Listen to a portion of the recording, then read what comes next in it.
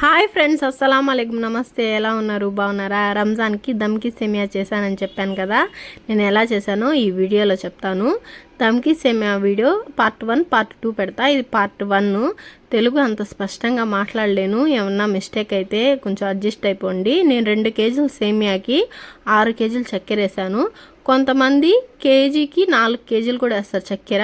కానీ నేను కేజీకి సేమియాకి 3 కేజీలు వేసాను.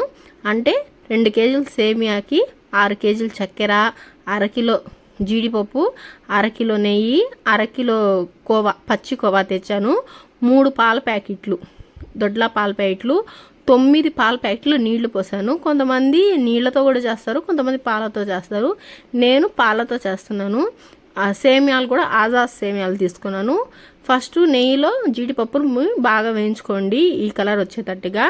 ఇందాక చూపించాను కదా, ఈ గింజల పేర్లు నాకు తెలీదు, మర్చిపోయాను నేను ఇదే ఫస్ట్ టైం వేయటం.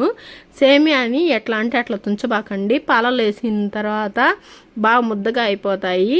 నేను ఈ టయానికి సేమియా చేయటం స్టార్ట్ చేశాను. ఫస్ట్ సేమియాని నెయ్యిలో బాగా దోరగా వేయించుకోండి. ఎందుకంటే సేమియా మనం సిమ్లో పెట్టుకొని వేయించుకోవాలా. ఫుడ్ కలర్ కూడా వేయపలేదు. అట్లా వేయించుకుంటే మనం హైలో వేయించుకుంటే సేమియా హై ఫ్లేమ్లో పెట్టి, అంటే సన్న సేమియాలు కదా మాడిపోతాయి. అదే సిమ్లో పెట్టి దొండి నేను చూపించినట్టుగా ఇట్లాగా వేయించుకోవాలా. నేను ఇంకో వీడియోలో మిగతా అది ఎట్లా చేశానో చెప్తాను.